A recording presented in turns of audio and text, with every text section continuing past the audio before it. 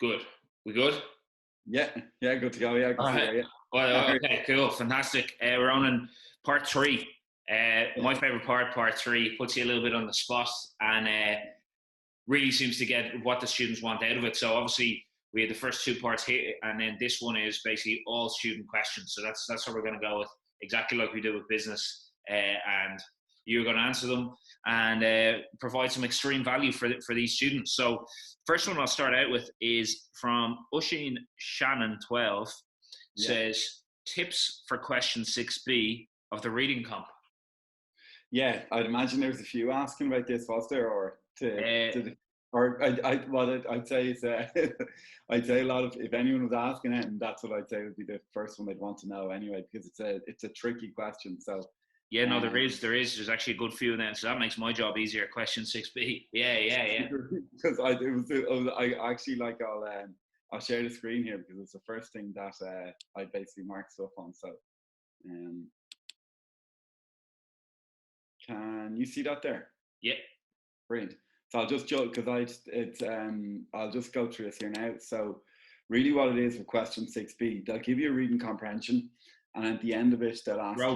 When you go full screen, I can't see it anymore. Oh, can you not? Okay. No. Does that work now? Yeah, I can see it now. Okay. So when they ask you question 6B, so they'll give you a reading comprehension worth they give you two reading comprehensions worth 50 marks each, and then at the end they'll throw down a question 6B that's worth 12 marks out of the 50. Now this where students score the lowest on. Okay, so the first 5 question reading comprehension, students usually do quite well there, but then they'll struggle here. The few reasons I think students think that you can't really prepare for it, and then also it has to be in your own words as well, and that's what gets students. And then another big thing is they don't know exactly what the examiners are looking for. So the first, I'll go through like the questions in order of sort of like how common they are.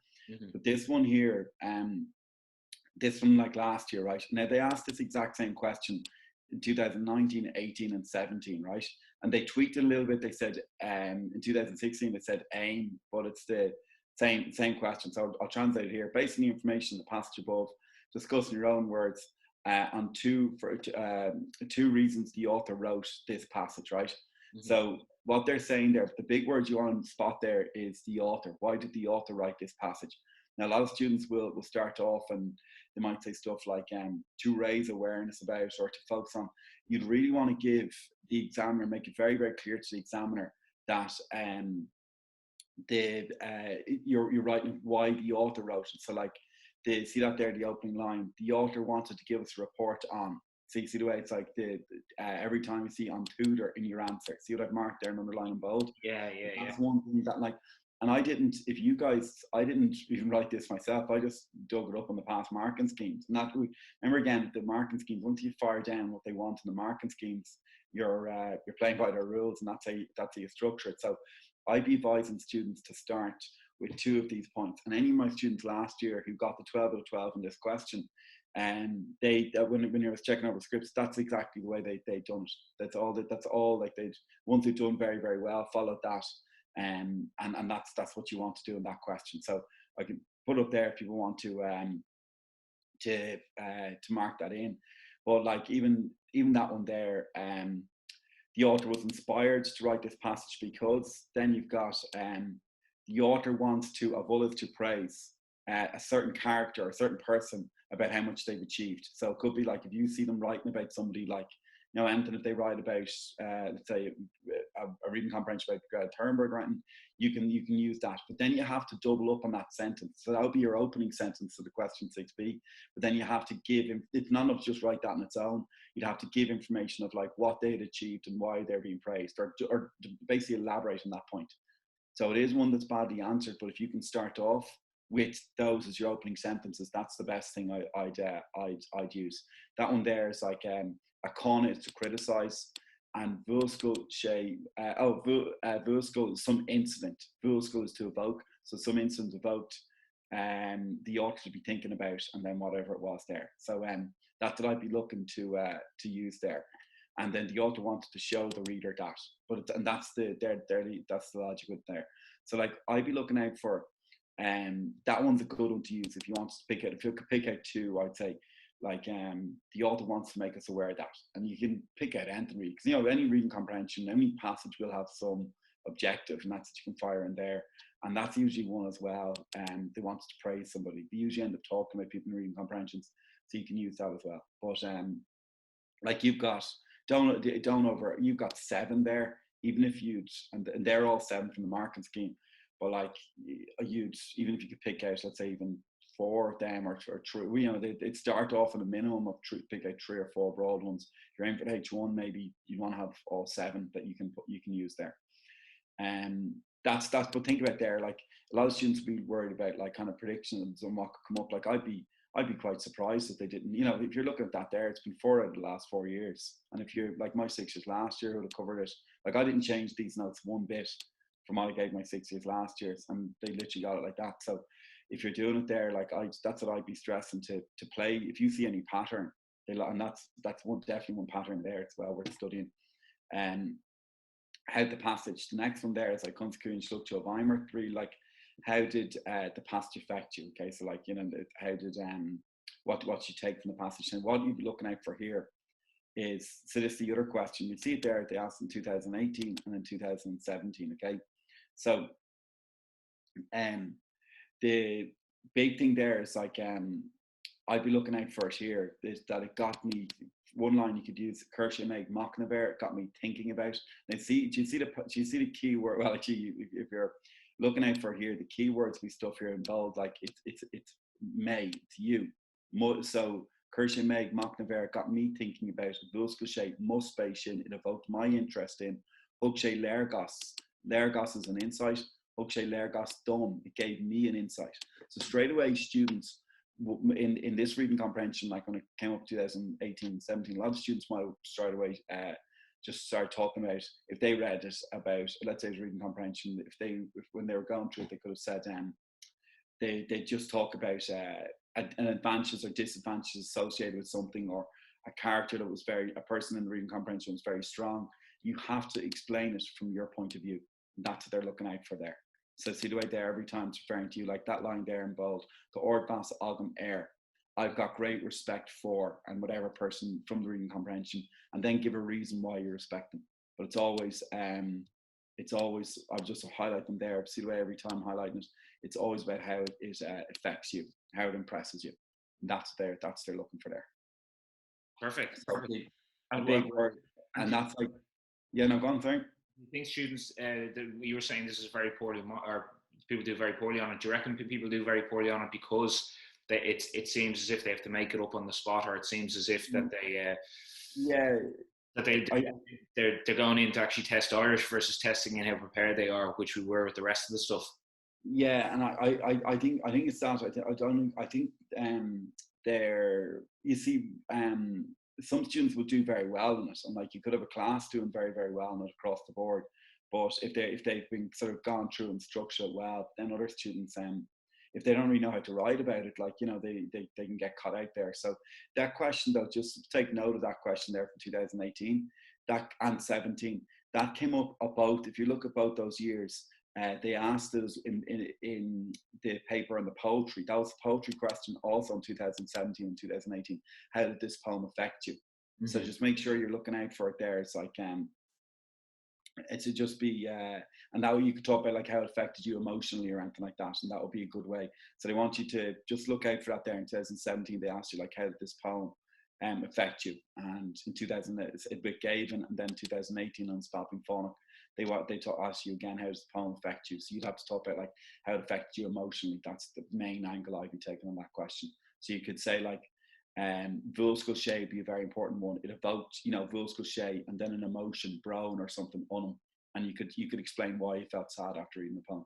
Just look out for it. You could see that pop up in your poetry as well. And if you dig up the marking schemes, even from 2018 and 2017, the marking schemes in poetry, you'll see that there being in the marking scheme as well, Vulskull Shay. So that's a very, very important one. Vulskull Shay, it evoked. So if you're talking about the reading comprehension of the poem, you'd want to make sure you have that there. Perfect. All right. Yeah. Fantastic. So question 6B in the bag. Yeah. And then, sorry, one other little one just look out for is one they last year was basic information above. You basically have to give 2 characters about the person in the reading comprehension. And again, if you just get into the habit of making sure you can spot like Ermo, a lot of them are always very intelligent. If you're going to write a reading comprehension about somebody, chances are they're quite bright. So if you see any reference to them getting a degree, or and even if they set up their own business, or if that's a good thing you can use. And Ulvinuk is ambitious. And that's another one. If they end up writing a reading comprehension about you, you're definitely an ambitious person. You've definitely achieved a lot. So like even stuff like Tom, 2 false points on Makaku, they've achieved a huge amount. Anything like that you'd want to use. The only little warning I'd have for students on this, this question. So they've asked this 3 times since the new course came out, so 3 times in 8 years. But like I'd be marking in there that be very careful, because if I even think that like they have a small chance of maybe seeing Gay Byrne or Greta Thunberg pop up, but I was giving my 6 years vocab on that. But I'd want to stress, and even if you're building your own vocab on it, be very careful. You can only use information that's actually in the text. So imagine if I gave you a really good answer on Gay Byrne, and you'd learnt off all these points and all these stuff on them. It only applies if they actually refer to that in the text. So just be really, really careful about that. But it is worthwhile building up your vocab on that, because if you see it in the reading comprehension, if you've got a bit of vocab built up in it, in the reading comprehension, you'll have a better chance of being able to tackle the questions. One little thing as well, if you there's an Irish website called tuisk.ie. It's TUI.ie, and if you type into the search bar there, Gay Byrne and Greta Thunberg, you'll get a couple of articles, and that's really for students who are aiming for like H1s, because they're very advanced articles, but they're brilliant articles, and I think they'd be of benefit. And either way, if those things don't come up in the reading comprehensions, you're still developing your Irish. You're sitting down, reading this, picking out the vocab. You're just making yourself better at Irish. So it's really a good thing to do. Fantastic, unbelievable. Yeah. What was that website again? TUAISC. Brilliant. All right. Okay. Fantastic. We. Yeah. So. Perfect. Are we good? We good to go with it? We good to go with another one? Yeah, I just want to encourage this quick reminder for students. Like, remember there that those 2 questions 6B are going to be worth they're going to be worth 24 marks out of 600. So it's 4% of your overall grade. So it's nearly as much as the poetry and stuff like that. So just really knuckle into that. And to where students would score low, so just make sure you spend a lot, you put a good bit of time aside for building that, and it's well worth your while. I'd be a bit concerned that maybe students who are preparing now, they might see the temptation to not prepare for the reading comprehensions because they think it's not as important. I try and make sure you got at least maybe 4 done. To set yourself up, practice reading comprehension, each one of those questions we did there. It just that little bit of prep will stand a lot to you guys. It just makes you better at Irish as well. So I remember, again, reading comprehensions here will be 100 marks out of 360. So it's like 27% of your examinable grade. It's definitely worth putting a few hours into actually going over and practicing them. And make sure, again, one thing, if you're doing it, you get the reading comprehensions done within the allotted time, because they can be quite time consuming unless you're efficient with how you manage it. Perfect. Then it's so I'll just going through them here, and I think a few of these again have been answered, but just pretend maybe it's easiest just to pretend that we haven't discussed them already. So from Laura McHale says, anything topical for the essay question? For the essays, I'd say to look out for, definitely something is always on the life of a teenager. That's just one that I'd always have high. That I'd always want to make sure looked out for. It depends. Like, the environment could definitely come up. Didn't see it last year. Technology stuff about social media, you could definitely see something on that. Something on politics as well. We didn't see that last year. But what I would want to be stressing to students is, like, you could nearly give you like 5 or 6 long predictions, but to properly cover an essay, it honestly takes maybe about 10 hours. To sit down, you maybe have to write one out, you have to get it corrected, you have to tweak it, you have to cover the different angles on it. So be careful about trying to jump in and cover 3 new essays. Because if you're looking, remember we're talking about the time, the last one, if you're doing 5 hours a week over the next 12 weeks, let's say you broke out into 12 weeks, that's 60 hours. just be careful you don't spend up all your time preparing essays. So that's one thing. If I nearly think if I was doing the Leaving Cert going over again, if I had, like, let's say 3 essays done well, I'd pick out 1 more essay and I do that.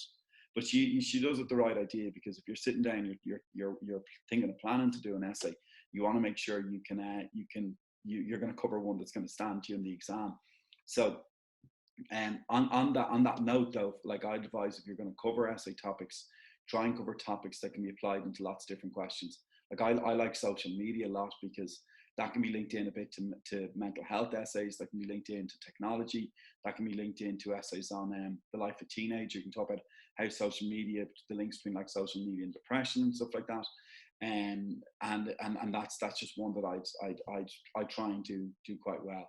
So yeah, that's the I suppose the top, the one I really am trying to push a good bit would be, I suppose, technology is one I've been looking at a lot this year, mainly because it's quite interesting and it links in with them on the life of a teenager, and that's one.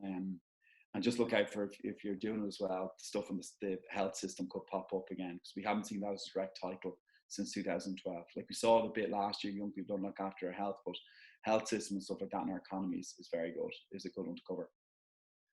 Perfect. LinkedIn politics as well a bit. Yeah. There's actually around 15 questions around that on the essays, and what I would say to any person who's just listening to this here on that, you did go through it in the last podcast in extreme detail, how to plan it out, first of all, why you pick different topics. You showed us exactly the different ones that have come up over the different years and why you've picked those ones. So definitely go back and have a look at that. This one, just while we're on the essay, is a little bit different. It says, first one says, do you think the marking scheme will change for the essay? Yeah, like the question, because they all got their full marks in the orals. Mm-hmm. I would have it in my head that it will. I just say to myself, I'm going to mark a little bit harder, because everyone's gotten full marks already in their oral exam. And I'd be telling myself, right, they're going to make these marking schemes a little bit stricter.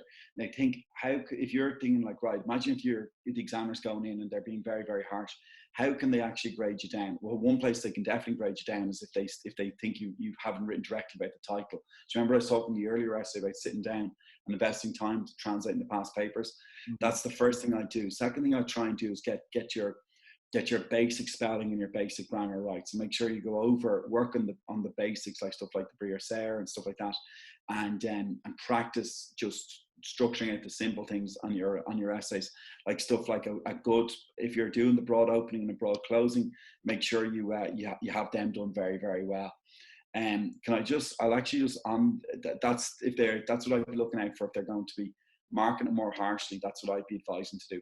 The one little thing I want to stress, and even though, like, because you saw me even there when you're asking about predictions of the essays, like, from a teacher's point of view, the essays isn't honestly where I'd be that concerned. Like they've asked, they give you 7 topics. We've always seen something on the life of a teenager. I know it's quite daunting, because you could be thinking, okay, I'll go in and I won't be able to write something for 2 hours. If you work during the year, you're going to be fine. They're not out to try and like put people off the language. So they always give you a window that you can write about. So I'd be just trying to stress to the students of the essays is to and make sure that they're specializing in topics. And I'll actually bring this up again just to show you what I mean with this, is that, you see this here, right? Remember I was talking in the last talk about with the essays. See that there in the composition, the average mark was 56%. Mm-hmm. Dave, yeah? Now, if you're looking at it like this, they've got 7 essays they can write about, and they've got also on top of that, they've got 2 hours to write their essay. Now, even if we look back up here to the very top, right, of the patterns in the past essays, right? So we were looking here like 2017. Now, the first essay even that a lot of people would have covered is an essay in the education system, because it came up, you can see it there, it came up in 2013. We had an essay, just the education system in Ireland today. 2015, they'd said, we've got an excellent education system in Ireland. And so, like, you'd be looking at the patterns there, thinking like it's come up every second year, roughly, since the new course came out. But even before that, it come up a lot on the previous papers. So something like the education system is something like, it's one even I'd have down there. But like, I'm not any different to most teachers. Like, every teacher would be covering that really, really well. Now, if you looked at what they did in 2017, like the first, so this, the paper, if you see me scrolling down here, right, this is the first question on 2017. A, the second level education system in Ireland. And that was their option that they got. And now most students would have gone for that, and still the average mark was only 56%. What that's telling us really with that is that, first off, it shows you they're quite strict in their grading it, but secondly as well, a big thing I think I see students doing is they're covering a very, very broad amount of everything. And they're going in, and you can be panicked too, because imagine if me and you are having a normal conversation and I say to you, oh look, imagine we're both in school and I'm like, yeah, my teacher's done 8 essays with me, and you're like, crap, my teacher's only done 4.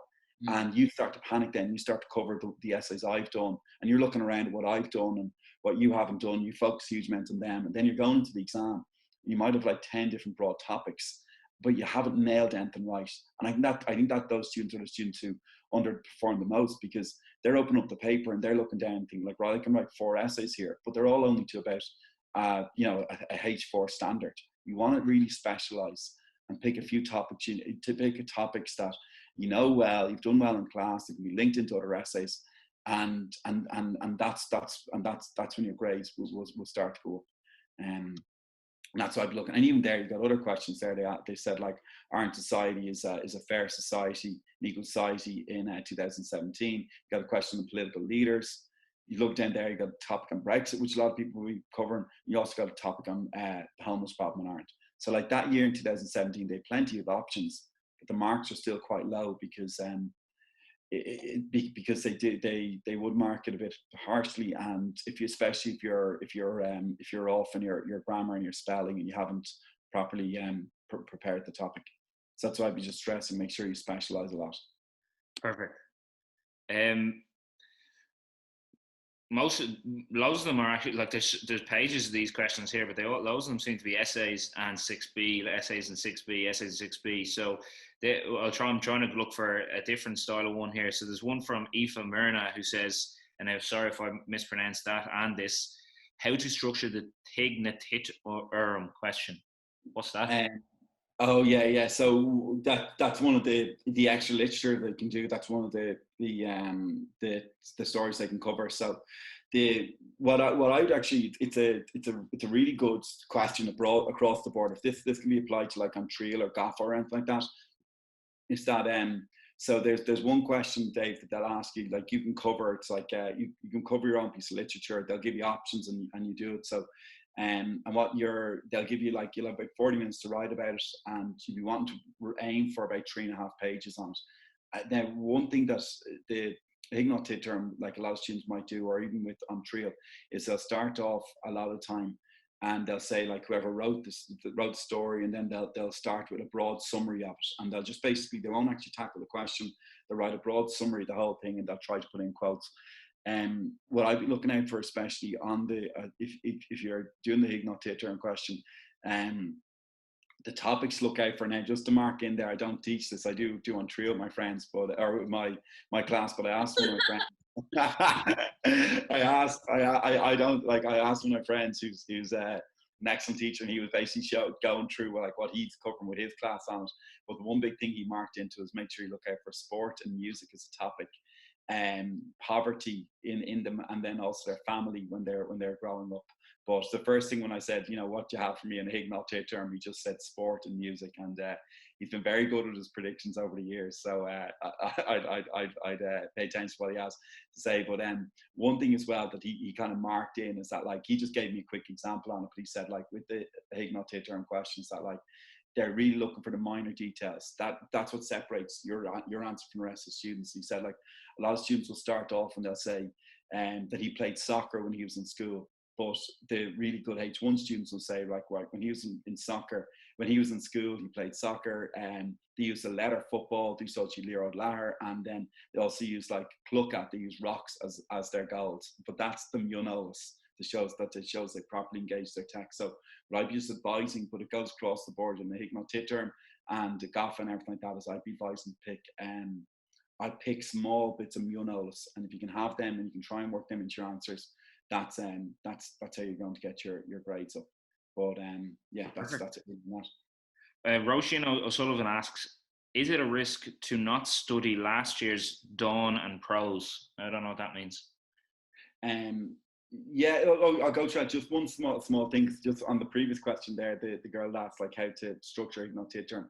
I would just make sure to remember, just make sure you zone in on the actual question and you break it in, you focus on that areas of the question, of course, and don't feel the temptation to just kind of write a broad summary of it with lots of quotes that aren't relevant. Just make sure whatever parts of the question are, and I go over, start practicing going over all the past questions, so you see the key words, you spot your patterns, and you'll understand what they're asking for. So just on that, so with the structuring of it. But and sorry, the other question there from was it Roisin about Dawns and Prose? Yeah, sorry. Can you afford to leave out the questions from last year? Is it a risk to not study last year's Dawns and Prose? Oh yeah, it is a risk. Now I'd be genuinely very shocked if they asked them, but what I'd be looking out for is, if I was doing my Leaving Cert this year, I'd definitely cover it. Like, if you're looking at, you're in such a unique position now, you already have the full marks in your oral, 240 to 240. You don't want to let something like not completely being clueless in a story pull you away of getting a high grade, because you can really move your marks up now a lot because of this. So what I'd be doing is I'd definitely be covering it. But what I'd do is I'd nearly cover it this weekend. I cover it this week. I'd spend an hour on each one. I'd write out some of the key points on it, broad key points. I've them both written down on like an A4 page each.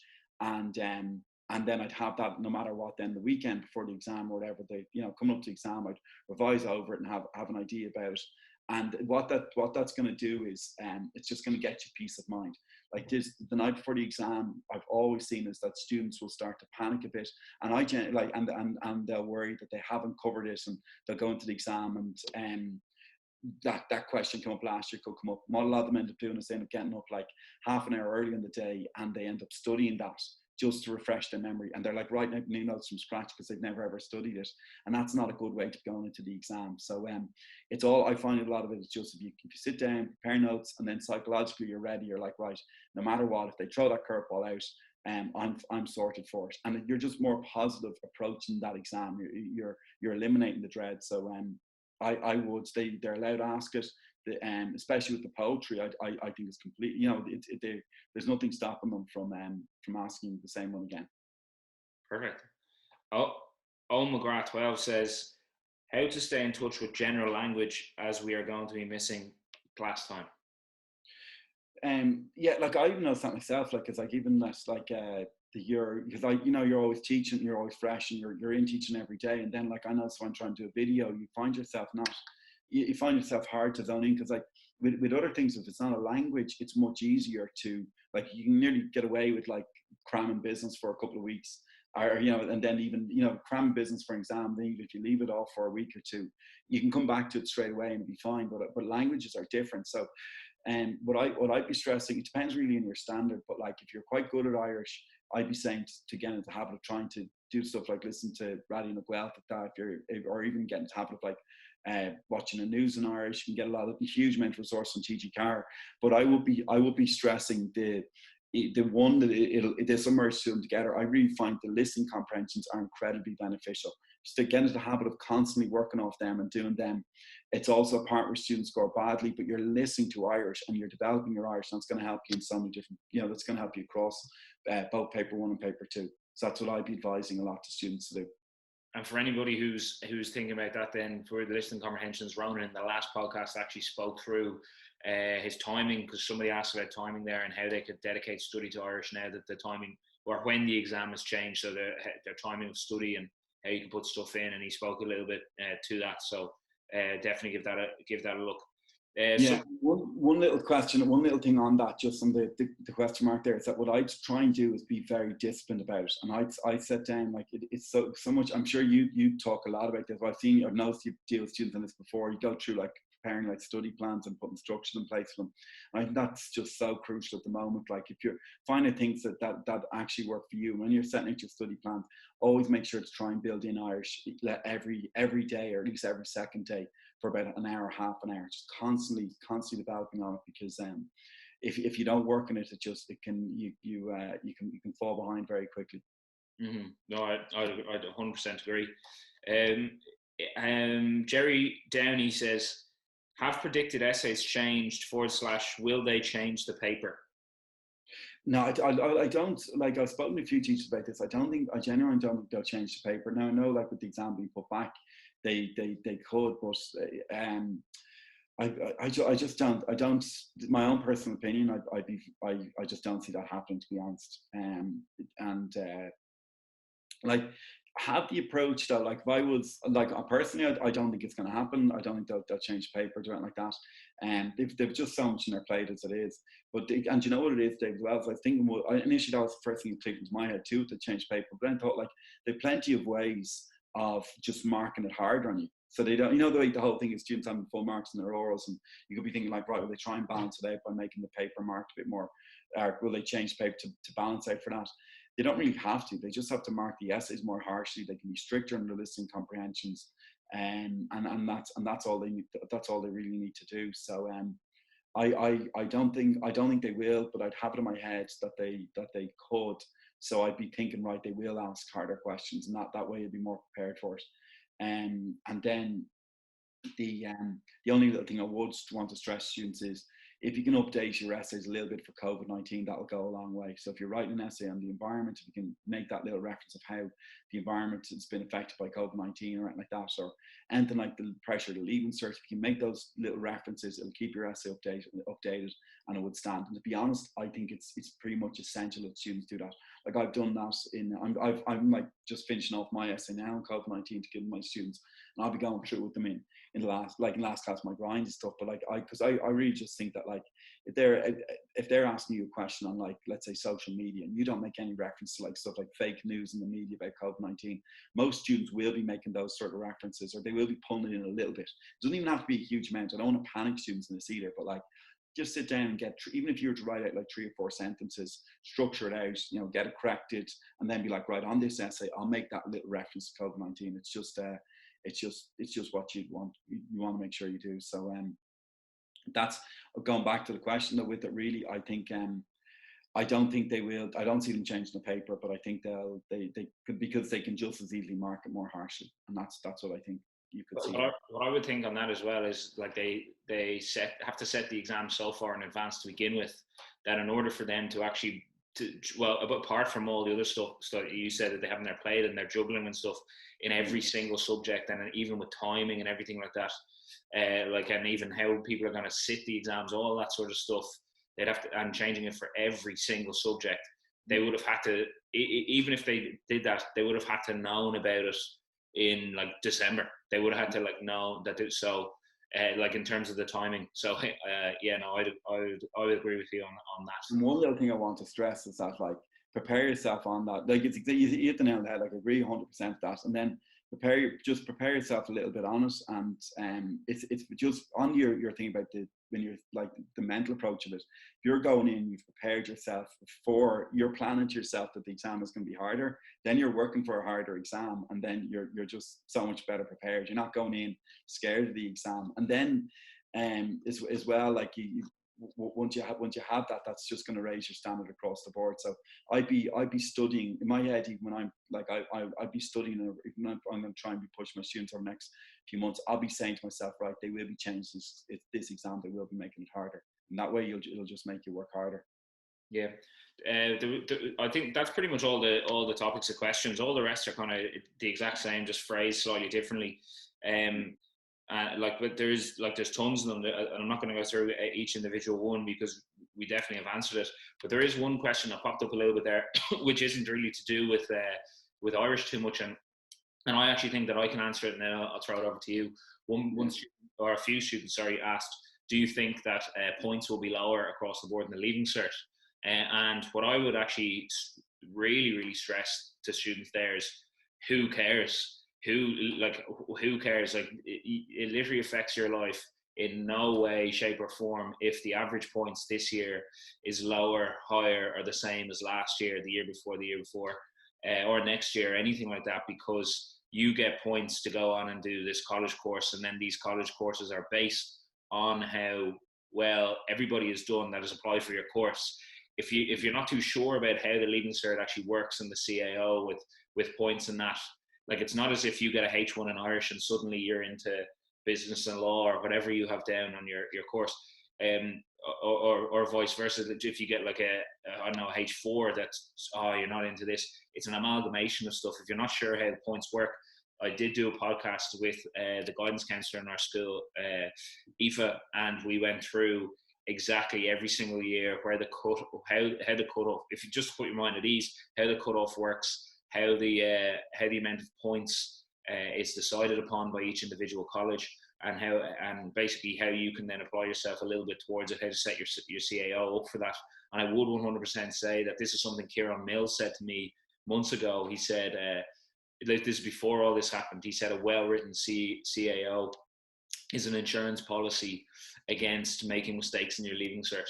And what he meant by that is no matter what happens, if you write your CAO well, you can be doing whatever you want to be doing this time next year, in terms of the subject, in terms of or whatever. There's so many different. I couldn't believe from the CAO during CAO talk how many different back avenues and like literally hacks that we have for Leaving Cert exams, but hacks to get into different courses, to finish courses at the same time, but having way less points. So that might be of benefit for the students who ask that sort of question.